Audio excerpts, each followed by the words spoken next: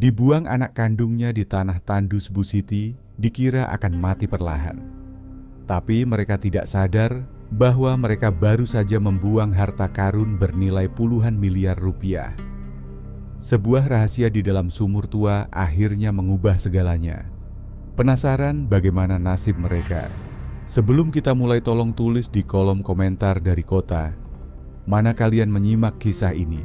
Ini adalah kisah Bu Siti, seorang wanita sederhana yang bekerja seumur hidup sebagai buruh cuci dan bersih-bersih. Dia membesarkan dua anaknya sendirian setelah suaminya meninggal, dan dia menyimpan sebuah rahasia dari mendiang ayahnya selama puluhan tahun. Hari itu dimulai seperti hari-hari biasa di rumah kecil Bu Siti, di pinggiran kota yang padat. Matahari sudah terasa menyengat sejak pagi, membuat atap seng rumahnya memanas, mengubah ruangan di dalamnya seperti oven. Bu Siti bangun pagi-pagi sekali seperti biasa. Dia menyeruput kopi hitamnya dengan sepotong roti tawar yang dicelupkan ke dalam gelas sambil duduk di kursi kayu dapur yang selalu berdecit setiap kali diduduki. Rumahnya sangat sederhana. Dua kamar sempit ruang tamu yang menyatu dengan dapur dan kamar mandi kecil di bagian belakang. Dindingnya sudah mengelupas lantai, semennya retak-retak, tapi bagi Bu Siti itu sudah cukup. Itu adalah tempat berteduhnya. Tempat dia membesarkan Budi dan Rina. Tempat di mana dia berpikir akan menghabiskan masa tuanya dengan tenang. Tapi ketenangan itu sudah lama hilang. Sejak suaminya Pak Joko meninggal 10 tahun lalu, segalanya berubah. Awalnya anak-anaknya masih memberi perhatian, masih menelepon, masih berkunjung membawa sedikit oleh-oleh. Tapi seiring waktu kunjungan mereka makin jarang. Dan kalaupun mereka datang, tujuannya selalu sama, meminta sesuatu. Minta pinjam uang, minta jatah uang pensiun, atau minta tolong ini dan itu. Bu Siti selalu memberi apa yang dia bisa, karena bagaimanapun dia adalah seorang ibu. Dan ibu tidak pernah menolak permintaan anaknya, bukan? Setidaknya itulah yang dia percayai. Pagi itu Bu Siti sedang menyapu halaman depan yang berdebu ketika dia mendengar suara mobil berhenti di depan pagar. Jarang sekali ada mobil yang datang ke gang sempit itu. Dia meletakkan sapu lidinya dan berjalan tertatih ke pagar. Itu Budi, anak sulungnya. Dia duduk di balik kemudi mobil minibus tua yang bodinya penyok di sana-sini. Di sebelahnya ada Rina, anak perempuannya, dan di kursi belakang terlihat dua cucunya Anto dan Sari yang duduk berdesak-desakan. Budi berteriak dari jendela mobil, mengucapkan selamat pagi, tapi nadanya tidak terdengar hangat, melainkan terburu-buru dan kaku. Bu Siti merasakan sesak di dadanya, tapi dia tetap tersenyum. Dia menyapa mereka dengan lembut berkata, betapa terkejutnya dia, karena mengira mereka sudah melupakannya. Rina turun dari mobil dan menghampiri ibunya, tapi tidak memeluknya dengan erat. Dia hanya menempelkan pipi sekilas, lalu langsung bicara tanpa basa-basi. Dia bilang, mereka datang untuk menjemput Bu Siti, dan menyuruh ibunya segera mengemasi barang-barang. Bu Siti mengerutkan kening bingung. Dia bertanya, mau dijemput kemana? Budi menjawab sambil turun dari mobil, bajunya terlihat berkeringat. Dia beralasan bahwa mereka ingin membawa Bu Siti ke tempat yang lebih baik. Dia bilang mereka sudah berunding dan merasa ibunya tidak sehat tinggal di lingkungan yang panas dan berdebu itu. Bu Siti semakin bingung. Dia mencoba membela diri, mengatakan bahwa dia baik-baik saja dan sudah terbiasa tinggal di sana. Tapi Rina langsung memotong ucapan ibunya dengan nada suara tinggi yang selalu dia gunakan kalau ingin mengakhiri perdebatan. Rina menegaskan bahwa ibunya sudah tua, sudah lelah, dan berbahaya jika tinggal sendirian di rumah tua itu. Mereka memutuskan bahwa lebih baik Bu Siti pindah ke tanah warisan kakeknya Pak Darmo. Mereka beralasan di sana udaranya bersih, tenang, dan jauh dari kebisingan kota. Tanah warisan itu, jantung Bu Siti berdegup kencang saat mendengarnya. Itu adalah sebidang tanah yang ditinggalkan ayahnya Pak Darmo ketika meninggal dunia. Lokasinya sangat jauh di daerah tandus sekitar 40 km dari kota. Itu adalah tempat yang kering gersang, hanya ada semak belukar batu kapur dan debu. Di sana hanya ada sisa-sisa gubuk kayu yang hampir roboh, pagar kawat berkarat, dan sebuah sumur tua yang sudah puluhan tahun tidak dipakai. Tidak ada satupun keluarga yang menginginkan tanah itu. Mereka menganggap itu tanah buangan tidak ada harganya. Tapi bagi Bu Siti tanah itu punya arti lain. Itu satu-satunya peninggalan ayahnya. Dan karena itulah dia tidak pernah menjualnya. Meskipun anak-anaknya sering mendesak, Bu Siti mencoba menolak dengan suara lemah. Dia bilang, di sana tidak ada apa-apa, tidak ada listrik, tidak ada air. Tapi Budi memotong dengan tidak sabar. Dia bilang, urusan itu akan mereka atur nanti. Yang penting sekarang, Bu Siti harus segera berkemas karena mereka sedang terburu-buru. Bu Siti menatap wajah anak-anaknya lalu menatap cucu-cucunya. Anto sibuk main ponsel sama sekali tidak menoleh. Sari mengunyah permen karet dengan wajah bosan. Tidak ada yang menatap matanya. Tidak ada yang menunjukkan kasih sayang. Semuanya terasa dingin cepat, seolah-olah Bu Siti adalah masalah yang harus segera disingkirkan. Dia ingin bertanya lebih banyak, ingin menolak, tapi suaranya tercekat. Bu Siti adalah tipe orang yang penurut, yang tidak suka keributan dan selalu percaya pada anaknya. Jadi dia hanya menundukkan kepala masuk ke dalam rumah dan memasukkan beberapa potong baju ke dalam tas kresek besar. Ketika dia kembali, Budi sudah menyalakan mesin mobil. Dia menyuruh ibunya masuk cepat-cepat. Bu Siti duduk terjepit di kursi belakang di antara Anto dan Sari. Sepanjang perjalanan tidak ada yang bicara padanya. Budi dan Rina berbisik-bisik di depan membicarakan hal yang tidak bisa didengar Bu Siti. Sesekali Rina menoleh ke belakang memberikan senyum palsu yang dipaksakan meyakinkan ibunya bahwa semuanya akan baik-baik saja. Jalanan aspal mulai berubah menjadi jalan tanah berbatu. Rumah-rumah penduduk makin jarang terlihat. Yang tersisa hanyalah pemandangan tandus kering panas dan berdebu. Matahari memukul kaca mobil dengan garang. Bu Siti merasa keringat dingin mengalir di punggungnya. Dia melihat keluar jendela, hanya ada ilalang kering tanah retak dan kesunyian. Setelah 1 jam perjalanan mobil akhirnya berhenti. Budi mematikan mesin dan berkata bahwa mereka sudah sampai. Bu Siti turun perlahan berpegangan pada pintu mobil agar tidak jatuh. Kakinya sudah tidak kuat lagi. Dia melihat sekeliling. Tempat itu persis seperti ingatannya, bahkan mungkin lebih buruk. Gubuk kayu tua itu sudah miring, atapnya bolong-bolong, pagar kawatnya sudah ambruk tertutup tanaman liar. Tidak ada siapa-siapa. Tidak ada apa-apa. Hanya angin panas yang bertiup menerbangkan debu merah. Rina menurunkan tas kresek ibunya dari bagasi. Dia bilang mereka akan meninggalkan Bu Siti di situ. Dia berjanji besok mereka akan kembali membawa makanan selimut dan perlengkapan lainnya.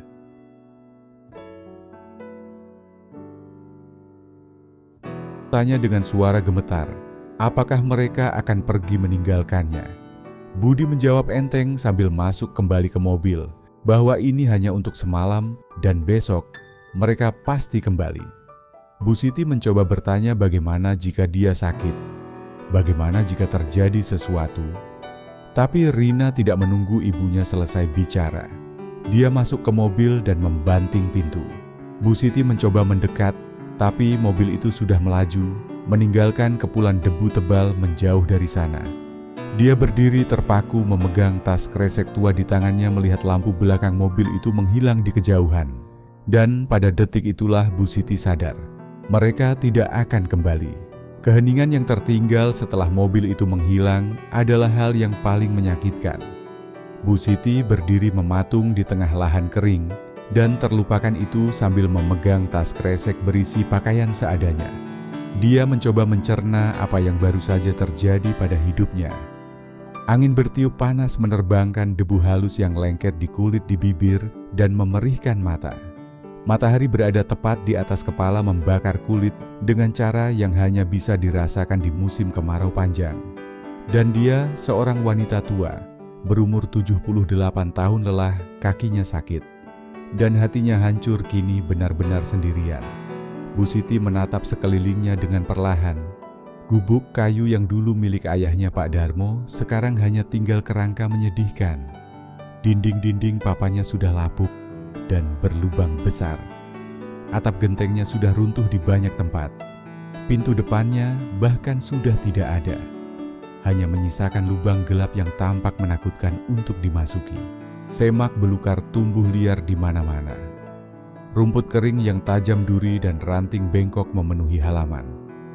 Pagar kawat yang dulu membatasi tanah itu sudah roboh berkarat dan tertutup tanaman merambat. Di bagian belakang, nyaris tertutup semak tinggi, terlihat sebuah sumur tua. Sumur yang sudah puluhan tahun tidak pernah ditimba airnya. Tidak ada apa-apa di sana. Tidak ada tempat berteduh yang layak. Hanya matahari yang menyiksa dan angin yang membawa debu. Bu Siti menyeret kakinya melangkah mendekati gubuk. Kakinya gemetar hebat. Dia tidak sekuat dulu lagi. Sendi-sendinya ngilu. Lutut kirinya sering kaku dan penglihatannya sudah mulai kabur. Tapi dia memaksakan diri melongok ke dalam pintu gubuk yang menganga itu. Di dalam sana gelap, bau apek dan lantai tanahnya tidak rata. Ada tumpukan kayu busuk pecahan genteng di lantai dan sarang laba-laba tebal di setiap sudut. Dan yang lebih buruk terdengar, suara gemerisik seperti ada binatang liar yang bersarang di dalam. Jantungnya berpacu cepat. Dia mundur perlahan. Dia tidak berani masuk ke sana. Tidak sekarang, tidak dengan kondisi seperti ini. Bu Siti kembali ke tengah halaman menarik, napas panjang mencoba menenangkan dadanya yang terasa nyeri. Dia duduk di atas sebuah batu besar yang ada di dekat situ. Di sanalah kenyataan pahit itu menghantamnya sekeras batu yang didudukinya. Mereka tidak akan kembali. Kalimat itu terus terngiang di kepalanya. Mereka tidak akan kembali. Dia berbisik lirih, suaranya hilang terbawa angin, bertanya, kenapa mereka tega melakukan ini padanya? Air mata mulai menetes, tapi dia berusaha menahannya. Bu Siti bukan wanita cengeng. Dia selalu kuat. Dia membesarkan 2 anak sendirian setelah suaminya meninggal. Dia bekerja bertahun-tahun sebagai buruh cuci, membersihkan rumah orang, menyetrika, gunungan baju, membersihkan kamar mandi semua, demi memberi makan anak-anaknya. Dia tidak pernah mengeluh, tidak pernah meminta belas kasihan orang lain. Dan sekarang anak-anak kandungnya sendiri telah membuangnya seperti sampah. Seolah-olah dia tidak punya harga diri. Dia bergumam dengan suara serak bahwa dia sudah melakukan segalanya untuk mereka. Tapi balasannya dia dibuang di tengah hutan antah berantah.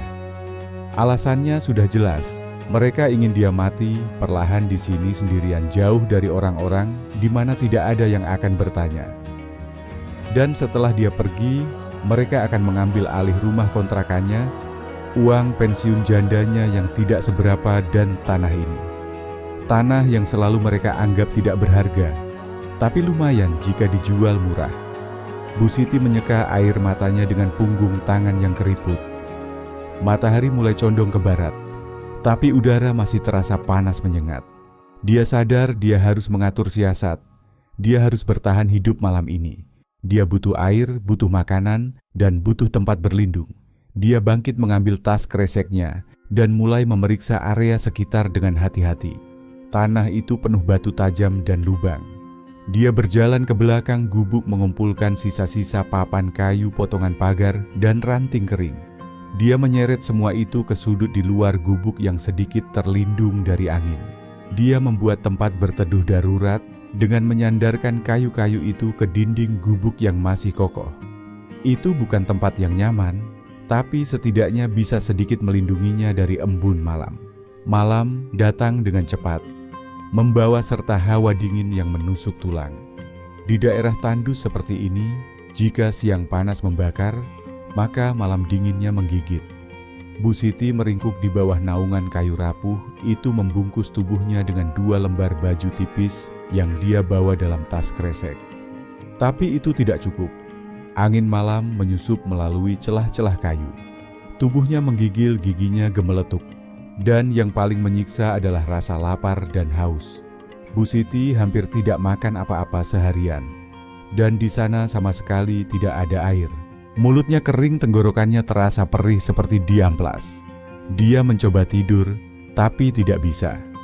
Badannya sakit, semua kepalanya pening. Dan rasa takut mulai merayap. Bagaimana jika ada binatang buas? Bagaimana jika dia mati kedinginan di sini? Bagaimana jika tidak ada yang menemukannya? Pikiran buruk itu terus berputar. Bu Siti terjaga sepanjang malam, mendengarkan suara-suara malam yang asing. Suara jangkrik, desau angin dan lolongan anjing liar di kejauhan. Dalam keheningan yang mencekam itu dia berdoa. Dia berdoa lirih membisikkan doa-doa yang diajarkan ibunya dulu. Dia memohon perlindungan, memohon kekuatan. Ketika matahari terbit keesokan harinya, Bu Siti merasa hancur. Dia tidak tidur semalaman. Perutnya perih karena lapar, tenggorokannya sakit, karena haus dan seluruh badannya kaku. Tapi dia memaksa dirinya berdiri, karena menyerah berarti mati. Dia mulai berjalan tertatih mengelilingi tanah itu mencari apa saja. Buah liar, tempat teduh, atau genangan air sisa hujan. Tapi semuanya kering, semuanya mati. Semuanya terasa memusuhinya. Saat itulah matanya tertuju pada sumur tua itu.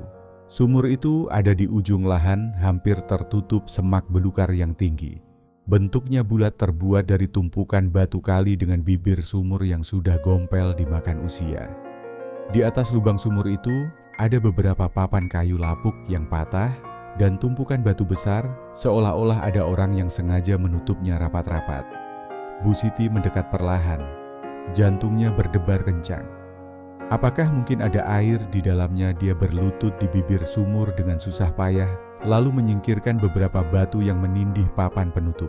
Tangannya gemetar hebat karena lemah. Dia mendekatkan wajahnya ke celah papan, mencoba mengintip ke dalam. Gelap pekat, sangat dalam.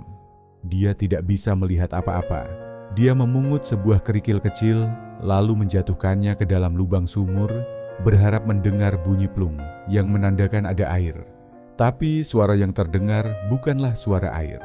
Terdengar suara benturan keras, tang, seperti suara batu menghantam logam atau besi. Bu Siti mengerutkan kening. Suara apa itu? Dia melempar satu batu lagi. Tang, suara yang sama. Besi beradu dengan batu. Dan saat itulah dia menyadari sesuatu yang ganjil. Di tanah sekitar sumur itu ada bekas-bekas jejak. Jejak yang masih baru. Tanah di situ terlihat seperti baru saja digali atau diinjak-injak. Ada goresan-goresan di batu bibir sumur. Dan yang lebih aneh, salah satu papan kayu yang menutup sumur itu terlihat lebih baru. Atau setidaknya posisinya berbeda dari papan-papan yang lain yang sudah menyatu dengan tanah. Jantung Bu Siti berpacu lebih cepat. Seseorang baru saja berada di sini.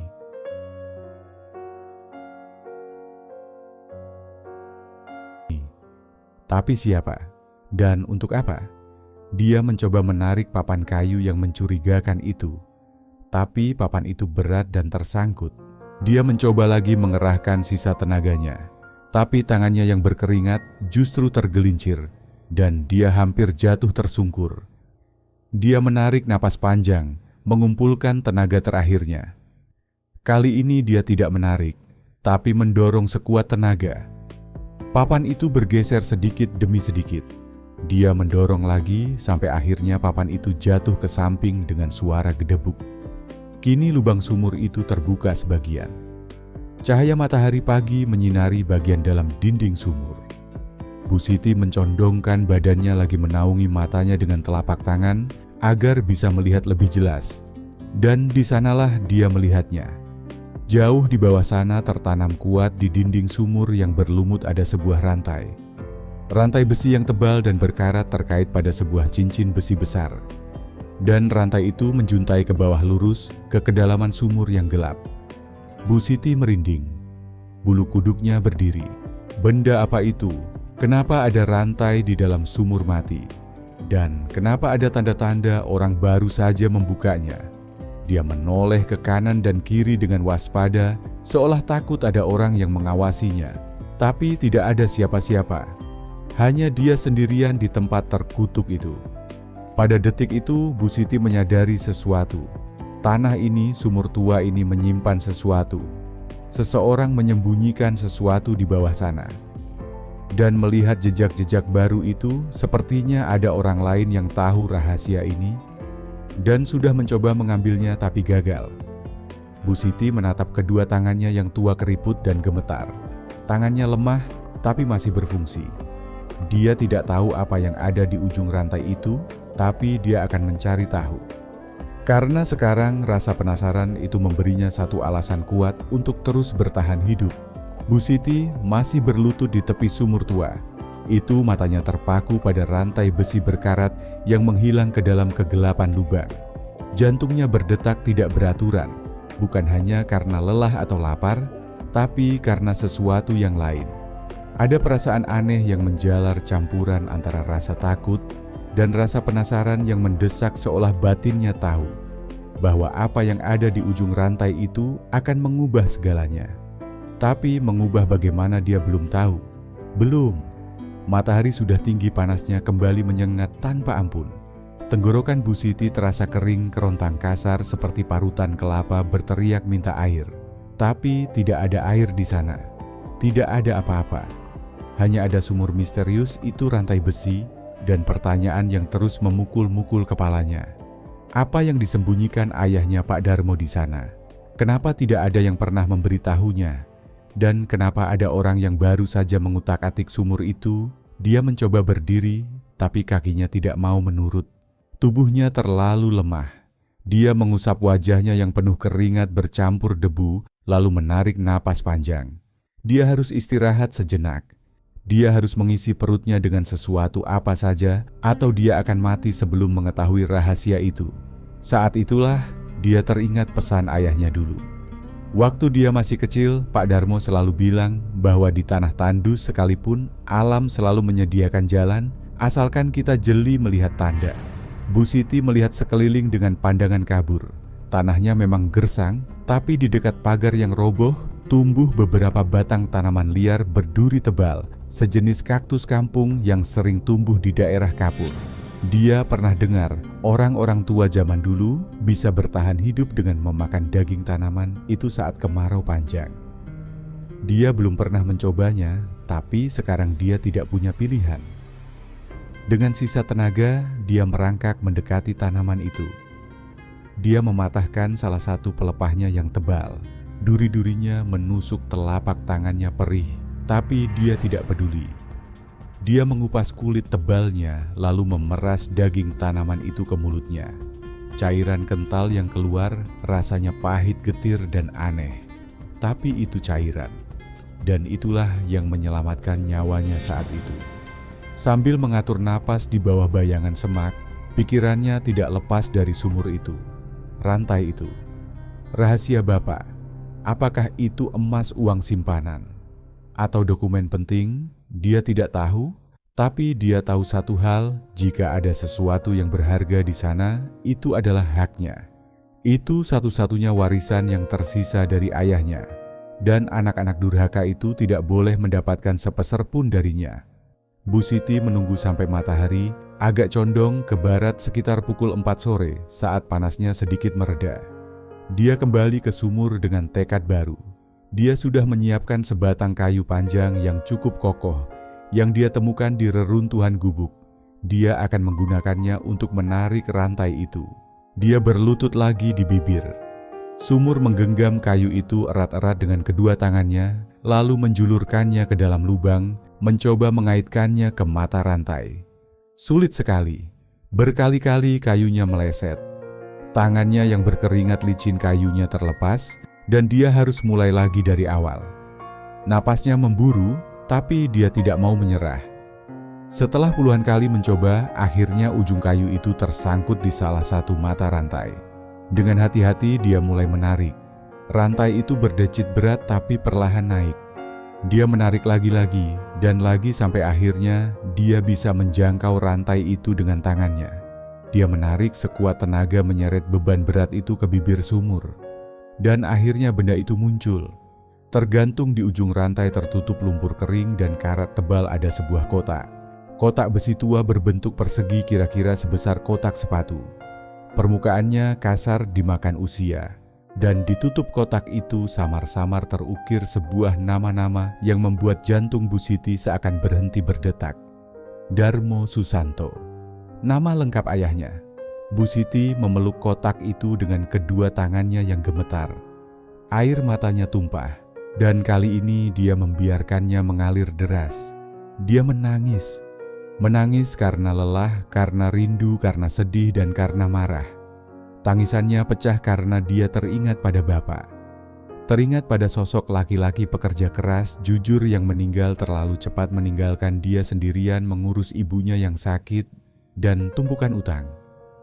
Dia teringat janji Bapak dulu yang bilang bahwa suatu hari nanti Siti akan mengerti bahwa Bapak selalu menjaganya. Apakah ini maksudnya? Apakah Bapak sengaja menyembunyikan ini untuknya? Bu Siti menyeka air matanya dan memeriksa kotak itu. Terkunci. Ada gembok besi tua yang sudah menyatu karena karat, tapi masih terpasang kuat. Dia mencoba membukanya dengan tangan kosong, tapi mustahil. Dia memukul gembok itu dengan batu, tapi kotaknya terlalu kokoh. Dia butuh bantuan, dia butuh alat, dia butuh seseorang. Tapi siapa? Siapa yang mau menolong wanita tua yang dibuang di tengah hutan antah berantah ini? Bu Siti menatap langit. Matahari semakin rendah, sebentar lagi gelap akan turun lagi. Dan dia tidak sanggup melewati satu malam lagi di tempat menyeramkan ini sendirian. Rasa takut itu memberinya tenaga ekstra. Dia memungut kotak besi itu, mendekapnya erat di dada, seolah itu adalah nyawanya sendiri, dan mulai berjalan. Dia tidak tahu mau kemana. Dia hanya tahu dia harus keluar dari tanah terkutuk ini. Dia harus menemukan manusia lain. Dia berjalan tertatih melewati pagar yang roboh, keluar menuju jalan tanah berbatu. Jalanan itu sunyi tanpa aspal, penuh lubang. Bu Siti menyeret kakinya langkah demi langkah, merasakan tubuhnya makin lama makin berat. Langit berubah menjadi jingga tua, lalu perlahan ungu gelap. Dia terus berjalan entah sudah berapa lama. Mungkin setengah jam, mungkin 1 jam. Kakinya sudah mati rasa, pandangannya mulai berputar. Saat itulah dia melihat asap. Jauh di depan sana di pinggir jalan tanah ada asap tipis yang membumbung ke udara. Bu Siti memaksakan kakinya bergerak lebih cepat, meski jantungnya serasa mau meledak. Itu api. Ada orang yang menyalakan api unggun. Dia mendekat sempoyongan dan melihat seorang laki-laki. Seorang bapak tua kurus, kulitnya gelap terbakar matahari, rambutnya beruban dan berantakan. Dia duduk di dekat api kecil, sedang memilah-milah karung bekas yang kotor. Di sebelahnya ada sebuah gerobak kayu tua penuh dengan kardus, botol plastik, dan barang rongsokan. Seorang pemulung. Laki-laki itu mendongak kaget saat melihat sosok Bu Siti muncul dari kegelapan. Dia menyipitkan mata heran. Dia bertanya dengan logat daerah yang kental, kenapa ada ibu-ibu di tempat sepi, begini sendirian? Bu Siti berhenti tepat di depan laki-laki itu. Dia masih memeluk kotak besinya erat-erat. Kakinya gemetar hebat, lalu menyerah. Dia mencoba bicara meminta tolong, tapi suaranya hilang. Pandangannya gelap. Bu Siti jatuh pingsan. Ketika dia membuka mata, dia sudah terbaring di atas alas kardus dan tikar tua. Langit sudah gelap, gulita hanya diterangi cahaya api unggun yang hangat. Laki-laki pemulung itu duduk di sebelahnya menyodorkan sebuah cangkir seng penyok berisi air. Dia menyuruh Bu Siti minum pelan-pelan. Bu Siti meneguk air itu dengan rakus. Airnya hangat, agak berbau asap. Tapi baginya itu air paling segar yang pernah dia minum seumur hidupnya. Tenggorokannya yang kering akhirnya basah kembali. Setelah napasnya teratur, dia menatap laki-laki itu dan berterima kasih dengan suara parau. Laki-laki itu tersenyum ramah, memperlihatkan giginya yang ompong sebagian. Dia memperkenalkan diri. Namanya Pak Asep. Lalu Pak Asep bertanya apa yang sebenarnya terjadi. Kenapa wanita setua Bu Siti bisa terlantar di tengah jalan tanah yang jauh dari pemukiman sendirian tanpa bekal apa-apa? Apakah dia tersesat atau kabur dari panti jompo? Bu Siti merasakan air matanya kembali menggenang. Dan di depan orang asing yang baik hati itu pertahanannya runtuh. Dia menceritakan semuanya. Tentang Budi dan Rina, tentang bagaimana mereka membohonginya, membuangnya di tanah kosong, tentang sumur tua, dan tentang kotak besi yang dia temukan. Pak Asep mendengarkan dengan seksama, sesekali menggelengkan kepala, wajahnya berubah merah menahan amarah. Dia melempar ranting ke dalam api dengan kesal.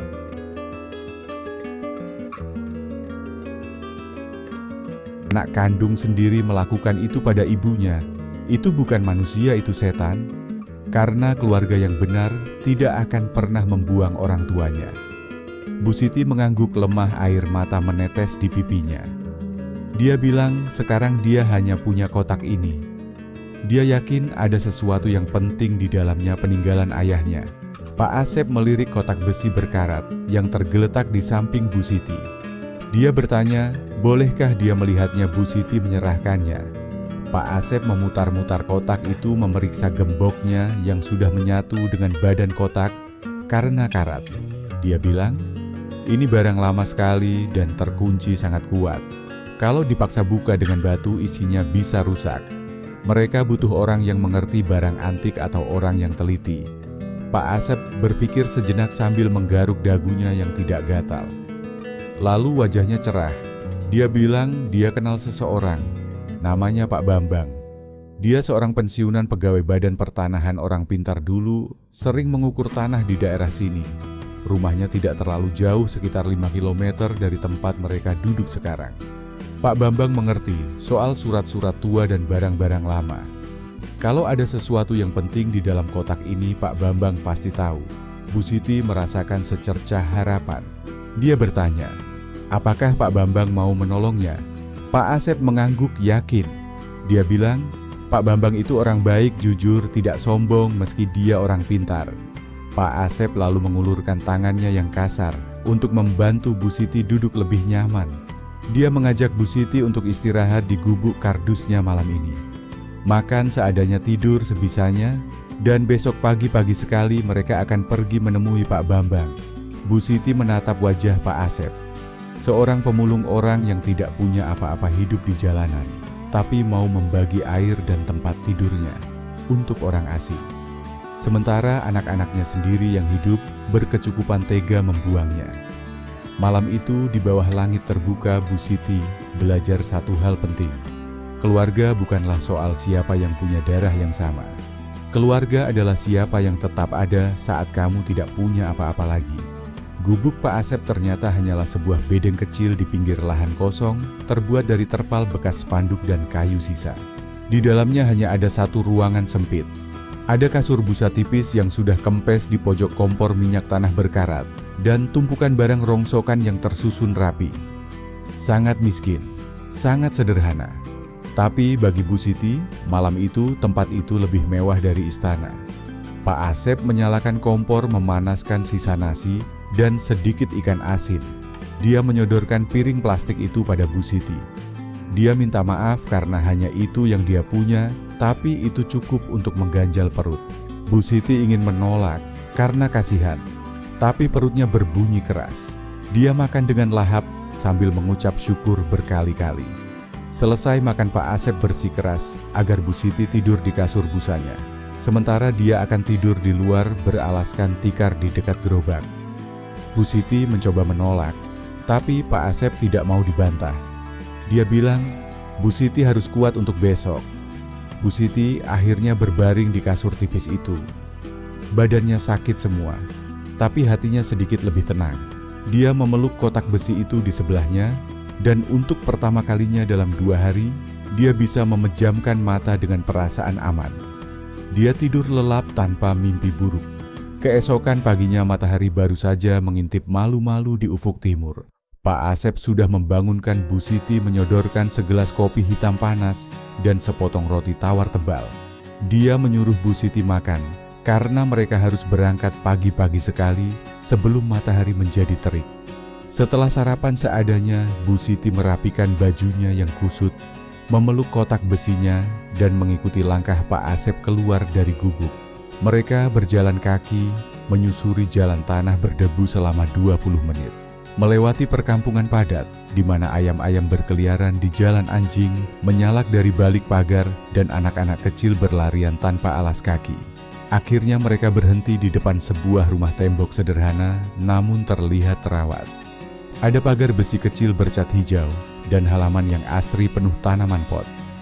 Pak Asep mengetuk pagar besi itu dengan kunci gembok menimbulkan bunyi teng-teng-teng. Dia memanggil nama Pak Bambang. Seorang pria berusia 60-an keluar dari pintu depan. Rambutnya putih, semua tersisir rapi, mengenakan kacamata baca dan kemeja kotak-kotak. Dia tersenyum lebar saat melihat Pak Asep. Dia menyapa pemulung itu dengan akrab, seolah kawan lama, lalu pandangannya beralih ke Bu Siti dengan tatapan bertanya. Pak Asep memperkenalkan Bu Siti sebagai teman yang sedang butuh pertolongan mendesak. Pak Bambang tanpa banyak tanya langsung mempersilakan mereka masuk. Bagian dalam rumah Pak Bambang terasa sejuk dan berbau buku tua. Ruang tamunya rapi penuh dengan tumpukan kertas peta gulung dan di dinding tergantung beberapa sertifikat penghargaan dalam bingkai kayu. Jelas sekali Pak Bambang adalah orang yang berpendidikan, seseorang yang dulu punya jabatan penting, namun kini memilih hidup tenang di masa pensiunnya. Di ruang tamu itulah Pak Asep menceritakan semuanya. Dia menceritakan tragedi yang menimpa Bu Siti, tentang anak-anak durhaka yang membuangnya, tentang sumur tua dan kotak besi misterius itu. Pak Bambang mendengarkan dengan wajah serius. Sesekali dia menggelengkan kepala, mendecakkan lidah, matanya memancarkan kemarahan. Ketika Pak Asep selesai bercerita, Pak Bambang menggebrak meja pelan. Dia bilang itu tindakan biadab lebih rendah dari binatang. Kemudian perhatian mereka beralih ke kotak besi yang diletakkan Bu Siti di atas meja. Pak Bambang mengambil kotak itu, memutarnya perlahan di bawah cahaya lampu. Dia meraba permukaannya yang kasar, memeriksa gemboknya yang sudah menyatu dengan karat, dan membaca nama yang terukir di sana. Darmo Susanto. Pak Bambang bertanya, apakah itu nama ayah Bu Siti? Bu Siti mengangguk pelan, suaranya serak menahan tangis, membenarkan bahwa itu ayahnya yang meninggal puluhan tahun lalu. Ayahnya tidak pernah bilang apa-apa soal kotak ini.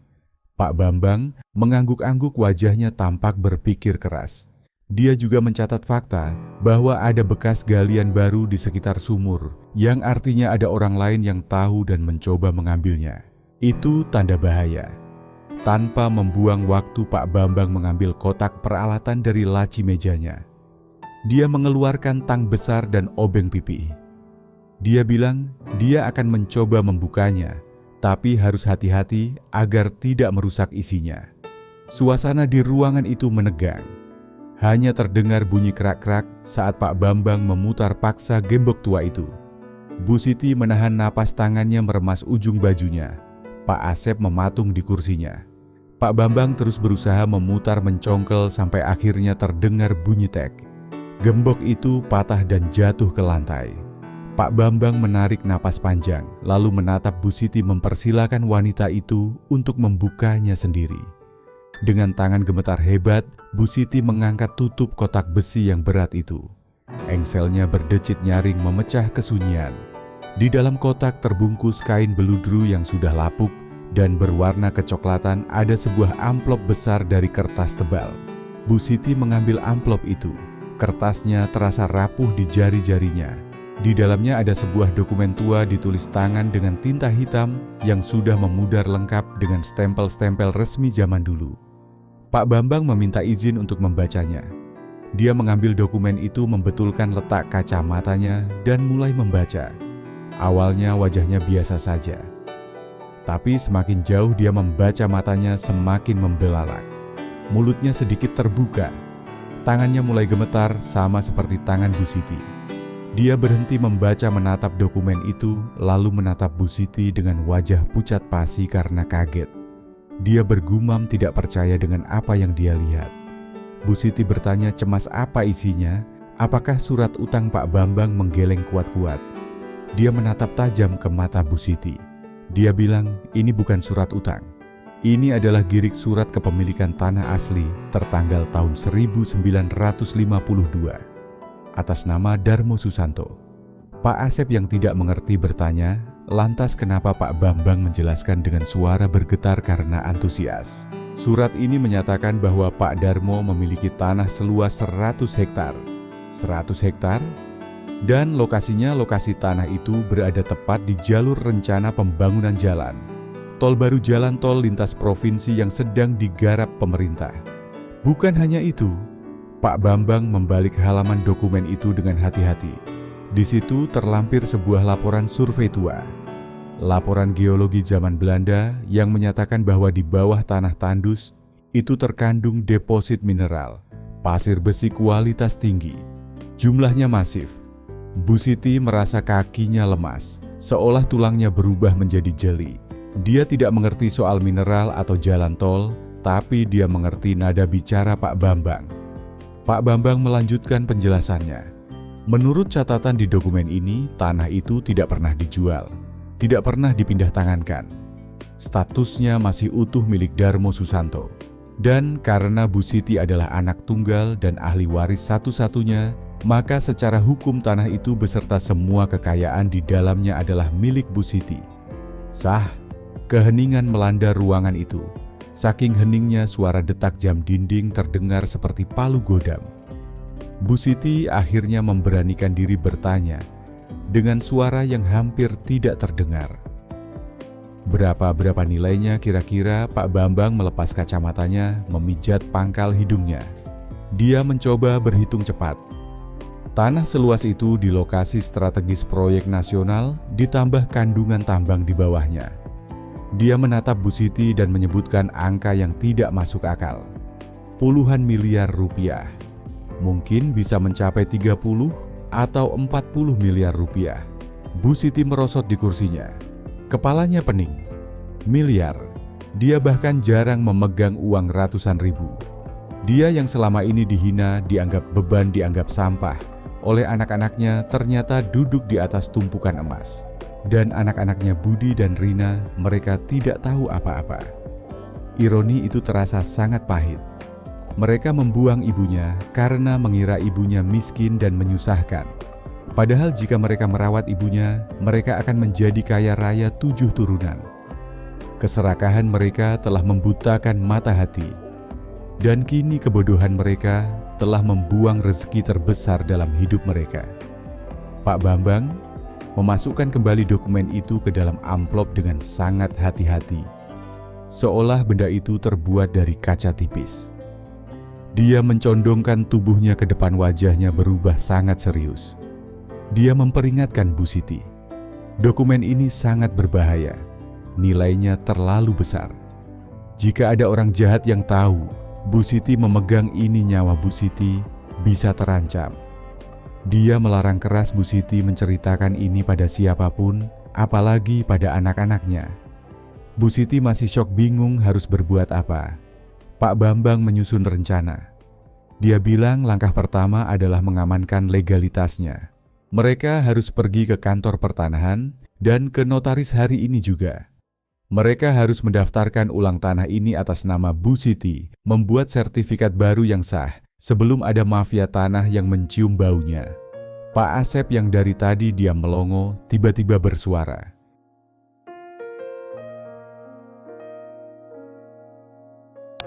Kalau mereka tahu ibunya kaya raya, mereka pasti akan datang lagi.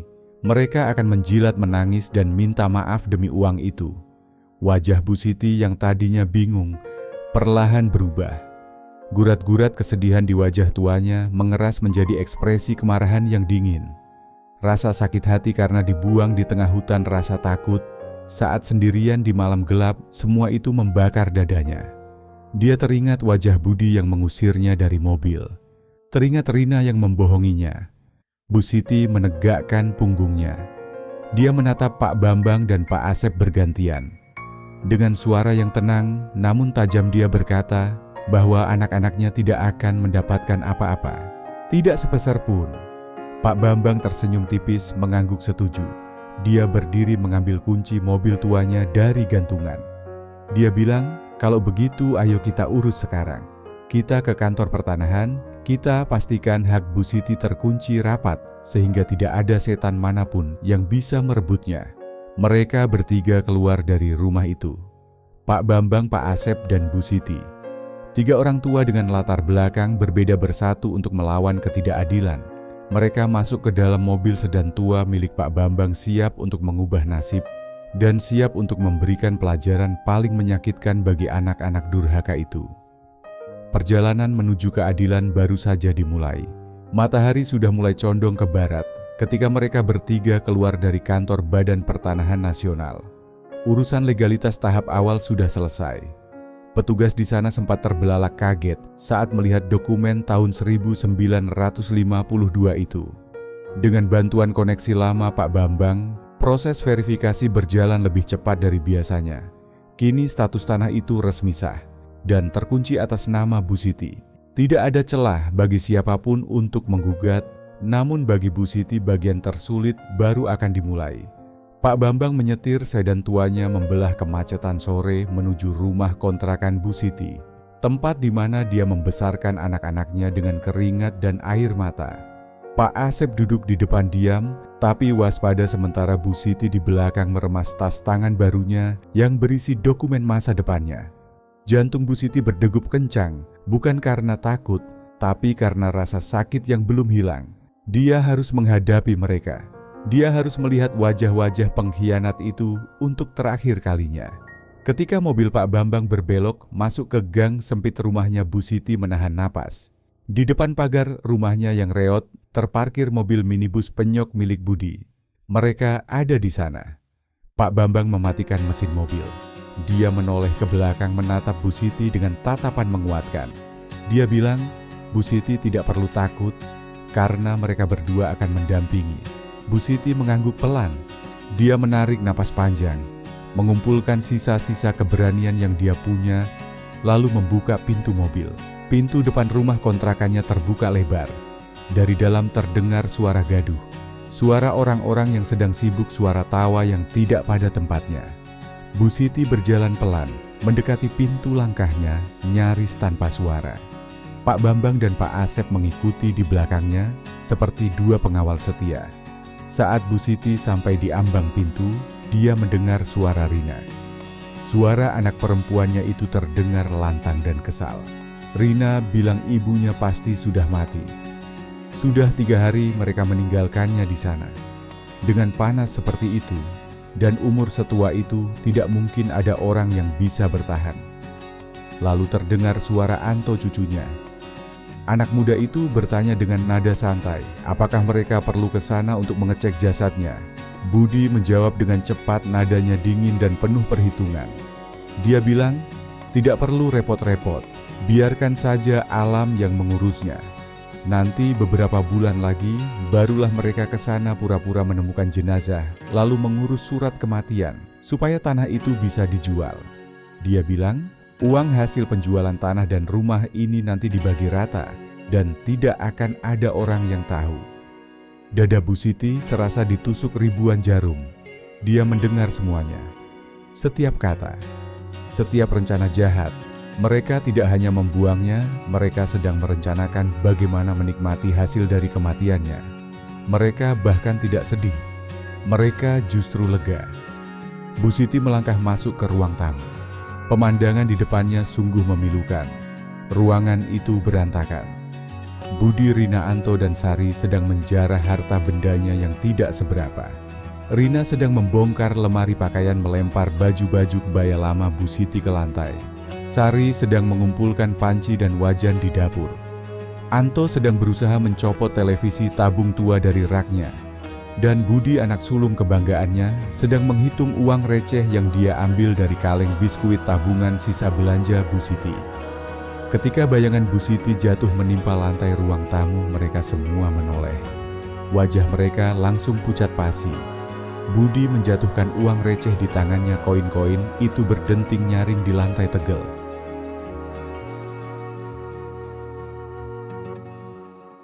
Anto hampir menjatuhkan televisi yang dipegangnya. Ibu Rina menjerit tertahan, suaranya gemetar ketakutan. Ibu-ibu masih hidup Bu Siti berdiri tegak di tengah ruangan diapit oleh Pak Bambang dan Pak Asep. Dia menatap satu persatu wajah keluarganya. Wajah anak-anak yang dulu dia timang, dia suapi, dia sekolahkan dengan susah payah. Dan anehnya dia tidak merasakan rindu. Dia tidak merasakan kasih sayang. Yang dia rasakan hanyalah kehampaan yang dingin.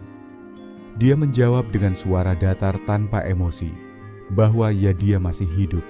Dia masih hidup tanpa bantuan sedikit pun dari mereka. Budi yang pertama kali tersadar dari syoknya langsung memasang topeng kepalsuan. Dia mencoba tersenyum-senyum kaku yang terlihat menyedihkan. Dia melangkah maju merentangkan tangan seolah ingin memeluk. Dia berkata dengan nada dibuat-buat bahwa mereka sebenarnya sangat khawatir. Dia berbohong bilang kalau mereka sebenarnya berniat menjemput ibu hari ini juga, mereka hanya sedang mengumpulkan uang untuk biaya perawatan ibu. Bohong. Bu Siti memotong ucapan itu dengan tajam. Satu kata yang menghentikan langkah Budi. Bu Siti menatap mata anak sulungnya itu. Dia bilang dia mendengar semuanya. Dia mendengar obrolan mereka di depan pintu tadi. Dia tahu mereka mengira dia sudah mati. Dia tahu mereka sedang membagi-bagi barang rongsokan ini seolah merayakan kematian ibunya sendiri. Rina mencoba mendekat air mata, buaya mulai keluar dari matanya. Dia mencoba memegang tangan ibunya, memohon agar ibunya tidak salah paham. Tapi Bu Siti menepis tangan itu dengan kasar. "Jangan sentuh saya." Budi mencoba membela diri lagi. Dia beralasan mereka sedang putus asa, mereka tidak punya uang, mereka terpaksa melakukan itu. Dia mencoba memanipulasi perasaan ibunya seperti yang biasa dia lakukan. Tapi Bu Siti bukan lagi wanita tua yang lemah dan penurut. 2 hari di neraka telah membakar habis kenaifannya. Dengan suara bergetar karena menahan amarah, Bu Siti berkata lantang, "Kalian bukan manusia, kalian bukan anak-anak saya. Karena anak yang punya hati tidak akan membuang ibunya di tempat sampah hanya karena dia tua dan miskin. Kalian kejam." Sari, cucu perempuannya yang dari tadi diam, akhirnya buka suara dengan nada membela diri yang angkuh. Dia bilang, "Nenek harusnya mengerti mereka melakukan itu demi kebaikan nenek juga." Diam, Bu Siti membentak. Seluruh ruangan hening seketika. Tidak pernah seumur hidup mereka mendengar Bu Siti berteriak. Bu Siti menunjuk wajah mereka satu persatu. Dia bilang, "Kalian hanya memikirkan diri sendiri. Selalu begitu. Tapi mulai hari ini semuanya berakhir. Kalian sudah membuang saya, jadi jangan harap saya akan kembali.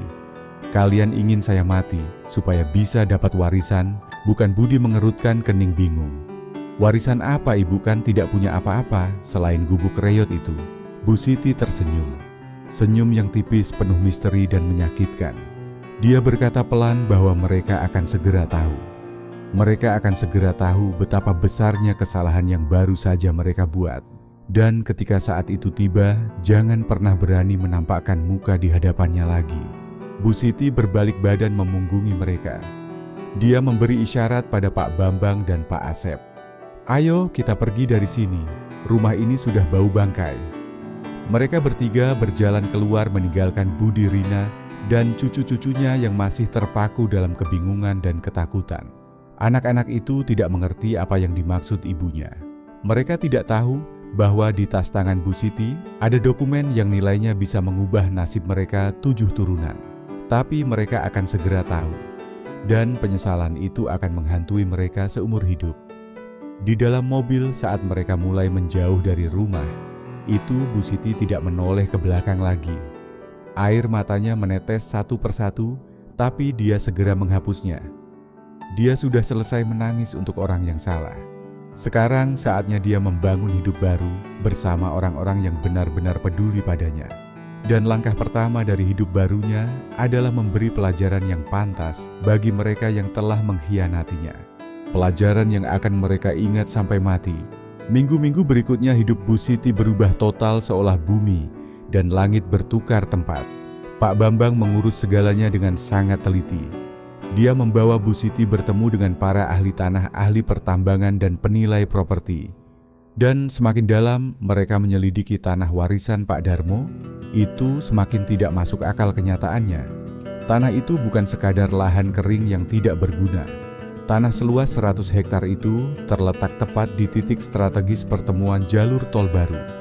Dan yang lebih mengejutkan, di bawah lapisan tanah kapur yang gersang, itu tersimpan deposit pasir besi yang sangat besar. Bukan yang terbesar di dunia, tapi cukup signifikan. Cukup untuk membuat nilai tanah itu melonjak ke angkasa. Para ahli hitung-hitungan yang dibawa Pak Bambang akhirnya menyodorkan angka perkiraan. Angka itu membuat Bu Siti nyaris pingsan lagi saking kagetnya. Tanah yang selama ini dianggap sampah oleh anak-anaknya, tanah yang membuat dia dibuang untuk mati, ternyata bernilai 25 miliar rupiah. 25 miliar. Bu Siti tidak tahu harus tertawa atau menangis. Dia menghabiskan seumur hidupnya memeras keringat, mencuci baju orang makan nasi dengan garam, hanya untuk mengetahui di masa tuanya bahwa dia sebenarnya duduk di atas tumpukan emas. Ayahnya Pak Darmo telah meninggalkan itu semua untuknya. Menyembunyikan surat tanah itu di dalam sumur mungkin karena dia tahu suatu hari nanti harta itu akan menyelamatkan putrinya dari orang-orang jahat. Dan ironisnya Bu Siti baru menemukan harta itu justru karena anak-anaknya sendiri yang membuangnya ke sana. Itu adalah sebuah keadilan Tuhan yang bekerja dengan cara misterius. Setelah semua urusan surat menyurat selesai, dan uang muka dari perusahaan tambang sudah masuk ke rekening barunya, Bu Siti melakukan apa yang harus dia lakukan. Dia bukan wanita pendendam.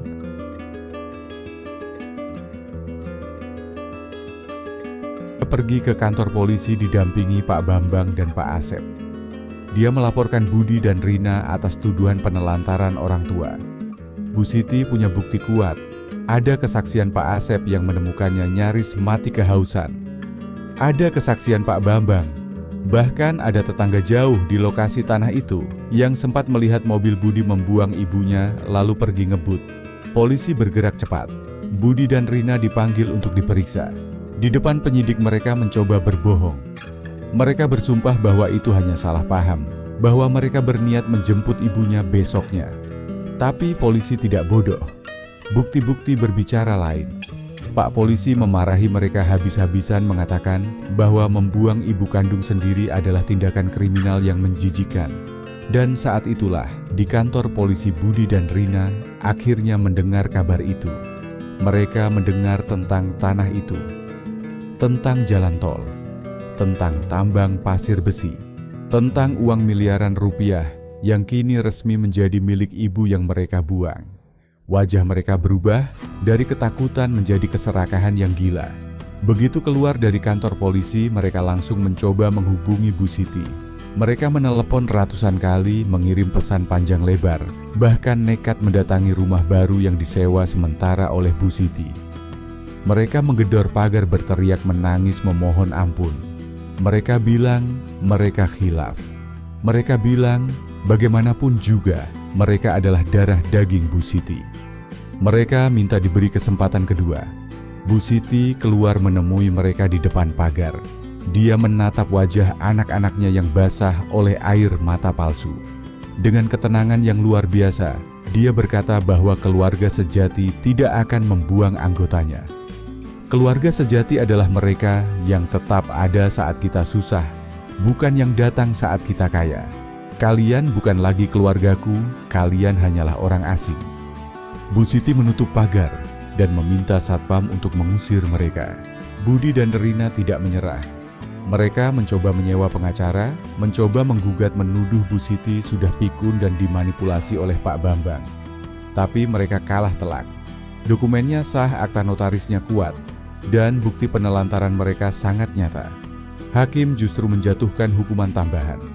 Budi dan Rina diwajibkan membayar ganti rugi moral kepada ibunya sebesar 50 juta rupiah masing-masing.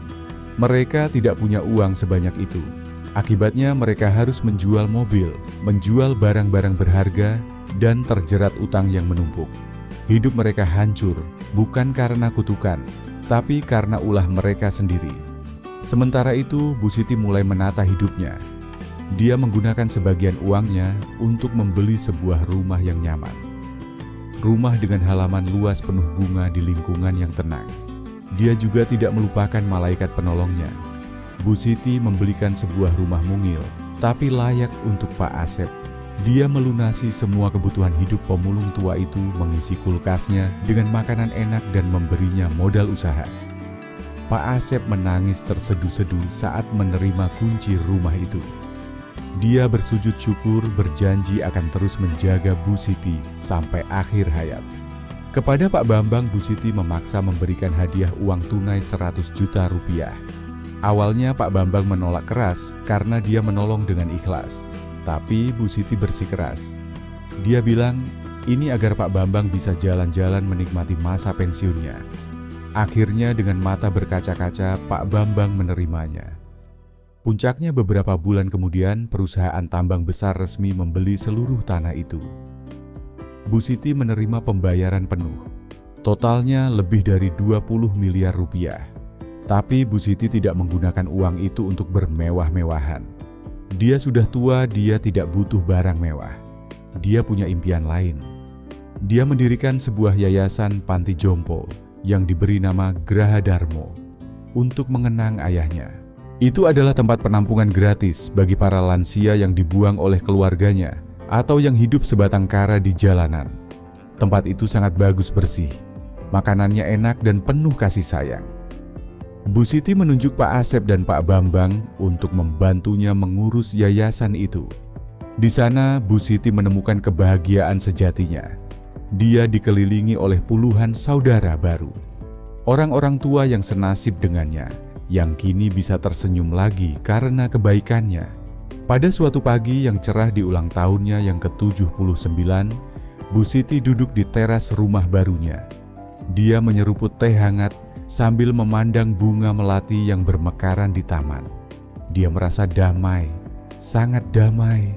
Ponsel barunya bergetar. Ada pesan masuk. Dia membukanya. Itu pesan dari nomor baru, tapi dia tahu isinya. Itu dari Budi dan Rina lagi. Isinya selalu sama permintaan maaf, keluhan tentang utang mereka, dan permohonan minta uang. Bu Siti menghela napas panjang. Mereka tidak pernah berubah. Mereka tidak menyesali perbuatan mereka. Mereka hanya menyesali nasib miskin mereka. Bu Siti tidak marah lagi. Rasa benci itu sudah hilang, digantikan oleh rasa kasihan. Dia mengetik balasan singkat untuk terakhir kalinya. Dia menulis bahwa mereka telah mengajarkannya arti pengkhianatan, tapi juga arti kekuatan. Dia sudah memaafkan, tapi dia tidak akan pernah melupakan. Pintu hidupnya sudah tertutup untuk mereka selamanya. Dia menekan tombol kirim lalu memblokir nomor itu. Bu Siti meletakkan ponselnya dan tersenyum melihat matahari pagi. Dia sadar dia telah memenangkan pertarungan ini. Dia bebas, dia kaya hati dan dia dicintai oleh orang-orang yang tulus. Teman-teman, kisah Bu Siti ini sebenarnya bukan cuma soal uang 25 miliar. Uang itu hanyalah angka dan bisa habis dalam sekejap. Pelajaran sesungguhnya yang harus kita ingat adalah tentang hukum tabur tuai. Budi dan Rina, mereka berpikir mereka pintar karena berhasil membuang beban hidup mereka. Tapi tanpa mereka sadari, saat mereka membuang ibunya, mereka justru membuang sumber keberkahan terbesar dalam hidup mereka. Ingatlah doa seorang ibu itu keramat. Keridhoan Tuhan terletak pada keridhoan orang tua. Saat Budi dan Rina menyakiti hati Bu Siti, mereka sebenarnya sedang menutup pintu rezeki mereka sendiri rapat-rapat. Mereka mungkin kehilangan warisan uang, tapi kehilangan yang paling menyedihkan adalah kehilangan kesempatan untuk berbakti sebelum terlambat. Dan kita juga belajar banyak dari sosok Pak Asep dan Pak Bambang, bahwa keluarga tidak melulu soal hubungan darah. Kadang orang asing yang punya hati tulus bisa menjadi keluarga yang jauh lebih berharga daripada saudara kandung yang buta karena keserakahan. Jadi mulai hari ini mari kita cek lagi hubungan kita dengan orang tua kita. Sudahkah kita membahagiakan mereka? Atau kita terlalu sibuk mengejar dunia sampai lupa pada mereka yang mendoakan kita siang dan malam? Saya harap cerita ini bisa menjadi pengingat kecil bagi kita semua agar tidak salah melangkah. Kalau kalian merasa cerita ini bermanfaat dan ingin terus mendapatkan asupan kisah kehidupan yang penuh makna seperti ini, saya mengundang kalian untuk bergabung dengan perjalanan kami dengan menekan tombol subscribe di bawah ini. Mari kita belajar memahami kehidupan satu cerita setiap harinya. Sampai jumpa.